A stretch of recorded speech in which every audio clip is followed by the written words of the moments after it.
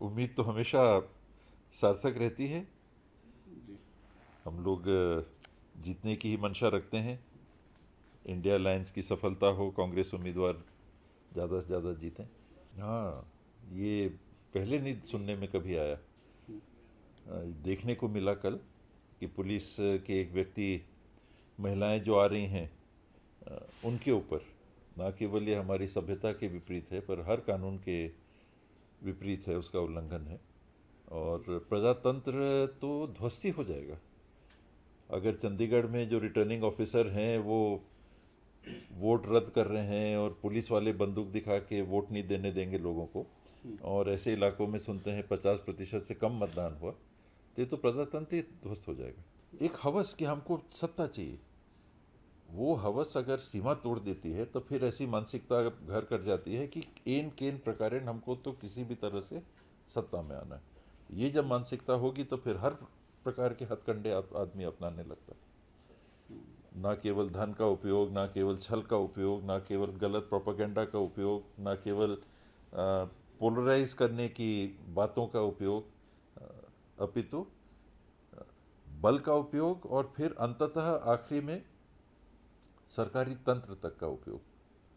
तो ये संकेत हैं कि वाकई में जो कहा जाता है कि प्रजातंत्र खतरे में है, ये उसके स्पष्ट संकेत दिखते हैं। ना केवल वो, प्रधानमंत्री जी ने बदल दिया उसको। एक हैं तो सेफ हैं पे चले गए।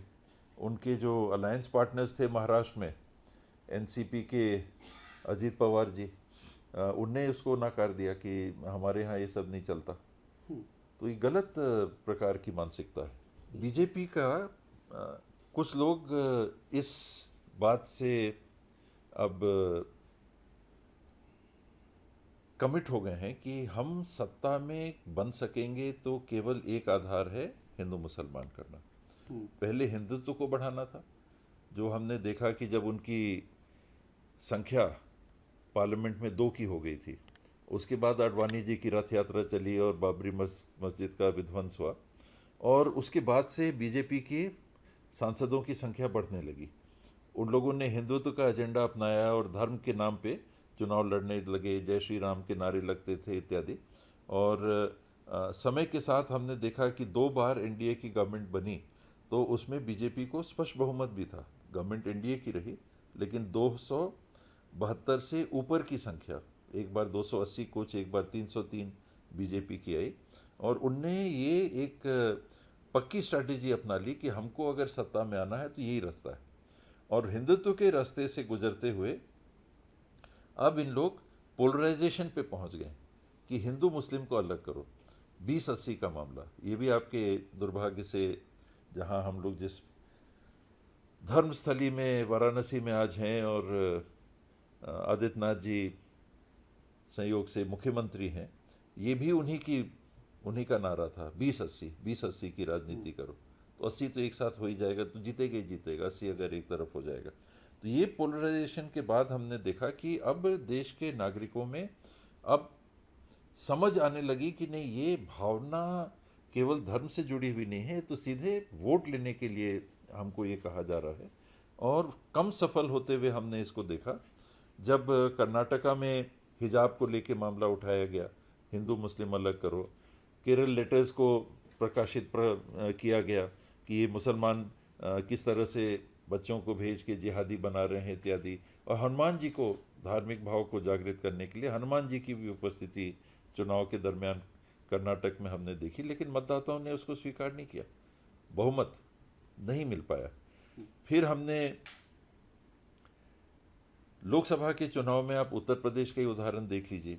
ये कल्पना नहीं किया जा सकता था कि वाराणसी में, जहां काशी विश्वनाथ को इतने भव्य रूप से विकसित किया गया, वहां प्रधानमंत्री स्वयं नरेंद्र मोदी जी उनके पहले 2-3 राउंड पीछे चले। अकल्पनीय सा था। और मात्र 1,52,000 वोट के आसपास से वो जीत सके चुनाव। अयोध्या जिस लोकसभा क्षेत्र में आता है, जहां राम मंदिर की स्थापना हुई, और इतने पब्लिसिटी और पार्टिसिपेशन, और हमने टीवी में बहुत कुछ देखा। उसके बाद हमने देखा कि उत्तर प्रदेश में और उस लोकसभा खास में बीजेपी के कैंडिडेट नहीं जीत पाते। तो अंत में क्या होता है कि जब ये भी काम करता हुआ नहीं दिख रहा है, इसमें भी हमको सफलता नहीं दिख रही है, तब फिर आपको पुलिस की वर्दी में लोग बंदूक पिस्तौल उठाए हुए दिखने लग रहे हैं। तो ये क्रमबद्ध आप चलें कि जब भारतीय जनता पार्टी 2 लोकसभा सदस्यों में सीमित हो गई थी और फिर वहाँ से राम जी की यात्रा, रथ यात्रा अडवाणी जी की अगुवाई में, फिर बाबरी मस्जिद का विध्वंस और फिर पोलराइजेशन का प्रयास, भाजपा की बढ़ती संख्या, और आज के दिन में जहां अब वो वैसी सफलता नहीं मिल रही है, तो हम देख रहे हैं कि पिस्तौल में हाथ हाथ में पिस्तौल लेके वर्दीधारी पुलिसकर्मी देने जाने वाली महिलाओं को रोक रहे हैं। तो ये दुर्भाग्यपूर्ण स्थिति बन, इससे अगर गलत रास्ते में जाने से रोका जा सके तो युवाओं को उन्हीं का भविष्य है। हम लोग तो सफ़ेद बाल वाले हो गए, अब कितना समय हम लोग को धरती पे है?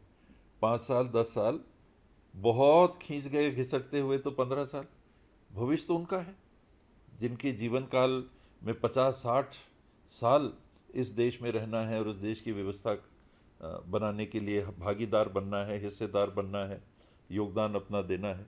तो उनको ही आगे आके इन चीज़ों को सही करना चाहिए, और सही करने की दिशा में अगर मुखर लोग हो रहे हैं तो ये अच्छी बात है, वरना ये हिंसा की तरफ पे चला जाता है। प्रजातंत्र में परिवर्तन वोट के माध्यम से हो सके, जनमत के माध्यम से हो सके, विचारों के संकलन के माध्यम से हो सके, वही प्रजातंत्र है। अन्यथा फिर हिंसा होती है और फिर परिवर्तन होता है।